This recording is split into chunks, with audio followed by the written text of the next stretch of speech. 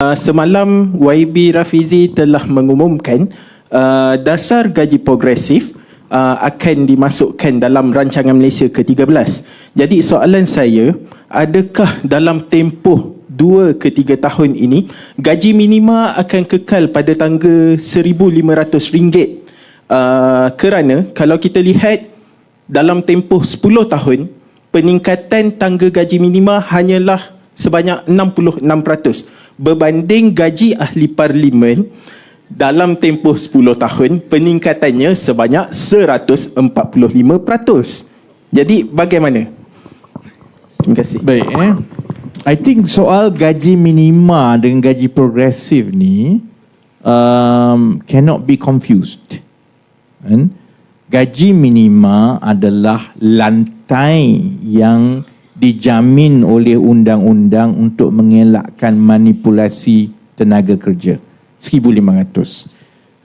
Ia dikawal oleh Akta, dan siapa yang menetapkan gaji minima ini adalah satu majlis perundingan gaji negara yang melibatkan wakil pekerja, wakil majikan dan ahli akademik. Mereka akan menetapkan gaji minima dari semasa ke semasa mengikut kepada keadaan ekonomi pada ketika itulah.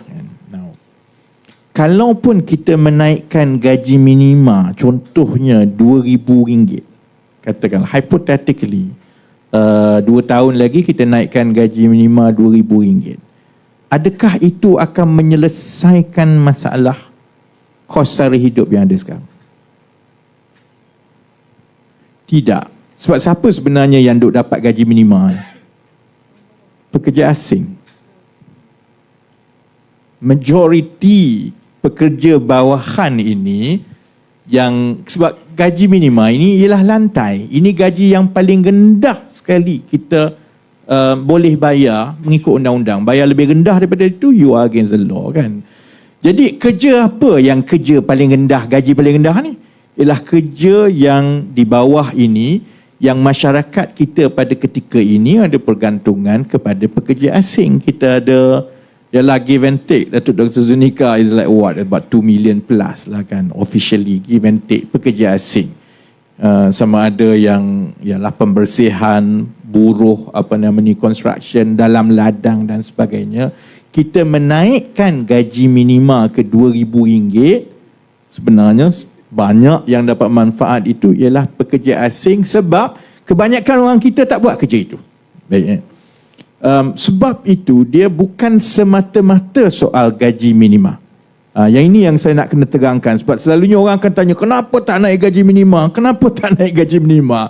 Kerana isu gaji dalam ekonomi kita ialah kepada pekerja-pekerja lain yang sebenarnya sepatutnya dibayar lebih tinggi dan mereka bukan berada di paras kemahiran paling bawah. Ini termasuklah contohnya graduan. Ini termasuklah contohnya pekerja separa kemahiran yang dah kerja 4-5 tahun. Apabila gaji minima semata-mata dinaikkan tetapi tidak ada campur tangan atau dasar gaji yang lain, ia akan menyebabkan wage compression. Maksudnya gaji yang paling bawah tu naik, tapi untuk membayar gaji yang paling bawah tu, gaji yang pertengahan yang lain tu dia sama ada turun ataupun dia tak naik. 3-4 tahun tak ada kenaikan gaji tahunan. Sebab itu kita pertimbangkan dasar gaji progresif, supaya yang kat bawah itu, sementara lantai itu adalah satu keperluan bukan saja dari segi ekonomi, tapi ia juga keperluan dari segi keadilan kepada manusia, dan ia satu komitmen antarabangsa. Sebenarnya gaji minima tu, yang itu kena ada, kan? Tapi kita juga kena bagi tumpuan kepada kumpulan-kumpulan khusus, terutamanya yang muda, terutamanya yang separa kemahiran. Yang inilah yang kita maksudkan sebagai gaji progresif. Supaya kalaupun gaji minima itu ditingkatkan dari satu masa ke satu masa, ia juga akan menyebabkan paras gaji kumpulan-kumpulan lain juga akan naik. Yang berlaku sebelum ini, gaji minima naik, ada wage compression, yang fresh graduate itu daripada 1 tahun ke 1 tahun gaji makin rendah. Because they have to make sure, majikan kena fikir macam mana aku nak bayar ni. Jadi you have to pinch here to pay for that, kan? Jadi itu yang kita cuba sedang dirangka dari segi perspektif makro pasaran kerja.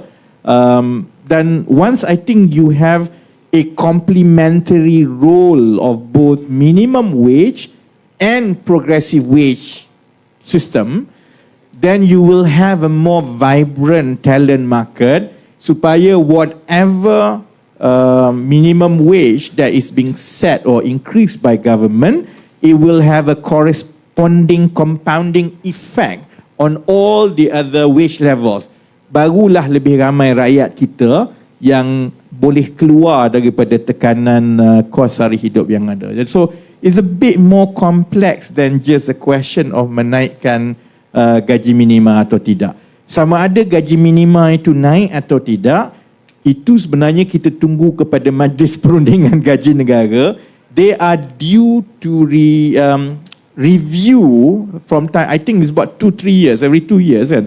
Mengikut akta memang Majlis Perundingan Gaji Negara itu akan semak dari semasa ke semasa dan dia akan buat cadangan kepada Kabinet. Jadi bila sampai itu nanti kita orang tengoklah. Apabila sampai statutory review period itu telah sampai.